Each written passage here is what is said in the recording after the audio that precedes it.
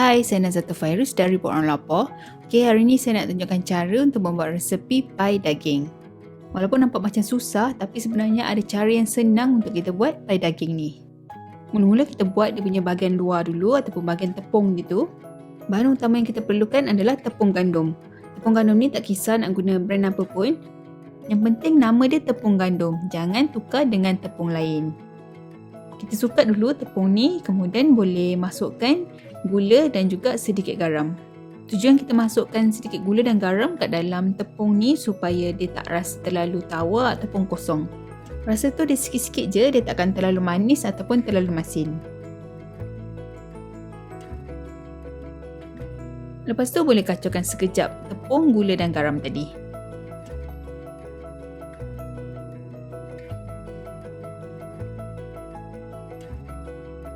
Okay, lepas tu boleh masukkan butter ataupun mentega. Butter ni saya gunakan unsalted butter sebabnya tadi saya dah masukkan garam. Butter ni kita perlu gunakan butter yang betul-betul sejuk yang baru keluar daripada peti ais. Kalau nampak butter tu dah agak lembut sikit, kita boleh masukkan semula kat dalam peti ais supaya dia jadi keras. Lepas tu boleh terus masukkan kat dalam tepung. Gaulkan tepung dan butter tadi, gunakan hujung jari je sampai dia jadi berketul-ketul macam ni. Tak perlu nak uli. Kemudian kita boleh masukkan sedikit air sejuk kalau nampak adunan tu terlalu kering. Ataupun kalau nampak tepung-tepung tu masih lagi berderai. Air sejuk tu sebenarnya optional. Kalau perlu kita boleh letakkan. Kalau dah nampak adunan tu okey dan boleh dibentuk, tak perlu nak letakkan lagi air sejuk. Kita boleh masukkan air tu sikit-sikit sampai nampak adunan tu boleh dibentuk macam ni.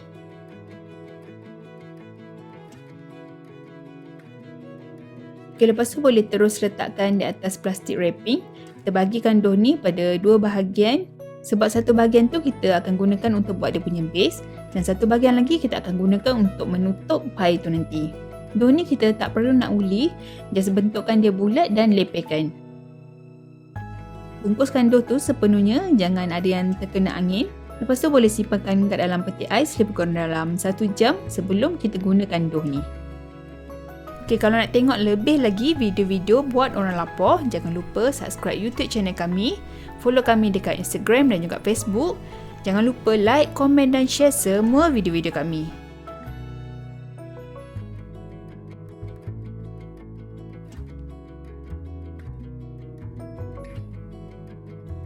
Okay, sementara tu kita boleh sediakan dia punya inti pula.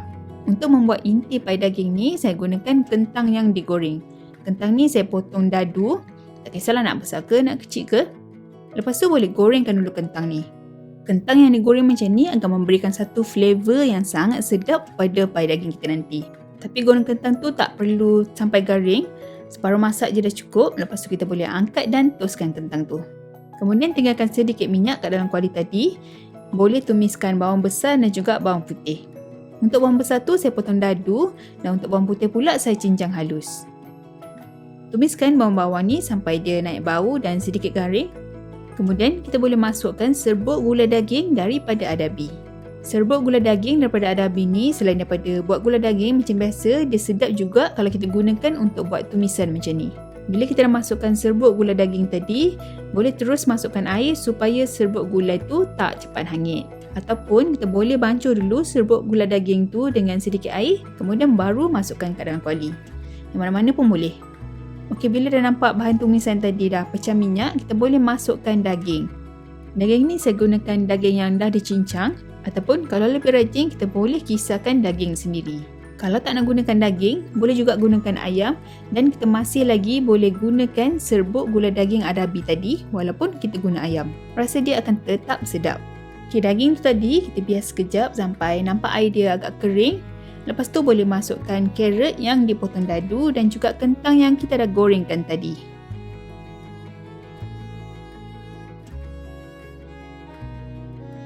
Kita kacau sekejap bahan-bahan ni. Kemudian boleh perasakan dengan sedikit garam.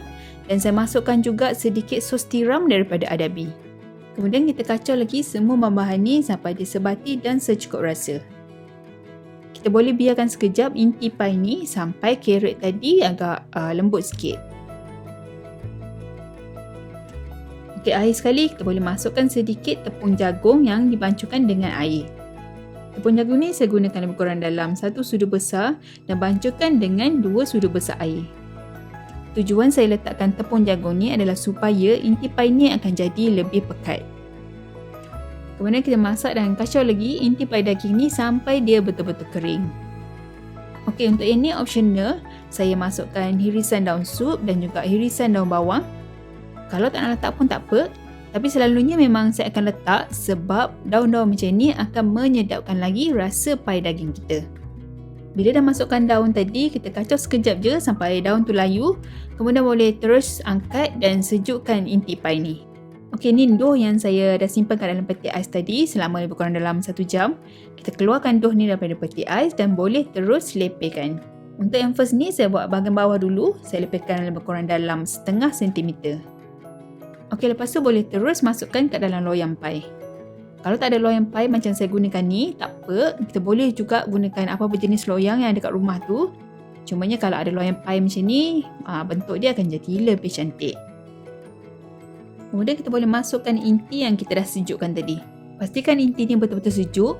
Jangan gunakan inti yang masih panas untuk mengelakkan bahagian tepung kat bawah tu menjadi lembik. Lepas tu kat bahagian atas ni kita cover dengan satu lagi dough yang kita dah gelekkan. Untuk bahagian atas ni saya gelekkan lebih nipis daripada bahagian bawah tadi. Lebih kurang dalam suku sentimeter. Kalau ada lebihan tepi tu kita boleh potong. Tapi jangan buang. Kalau rajin kita boleh buat bentuk-bentuk dan boleh hiaskan kat bahagian atas pai. Bahagian tepi pai ni pula kita boleh lepehkan dengan garfu supaya dia betul-betul melekat. Dan bahagian atas tu kita boleh hiriskan sikit supaya dia ada ruang udara untuk masuk kat dalam bahagian inti tu nanti. Okey, ini part yang saya lupa sebenarnya. Lepas kita siap ni, kita perlu sapukan bahagian atas ni dengan telur. Tapi sebab saya terlupa, saya sapu je telur tu masa tengah bakar. Pai ni saya bakar pada suhu 180 darjah Celsius selama lebih kurang dalam 30 minit. So, inilah rupa dia.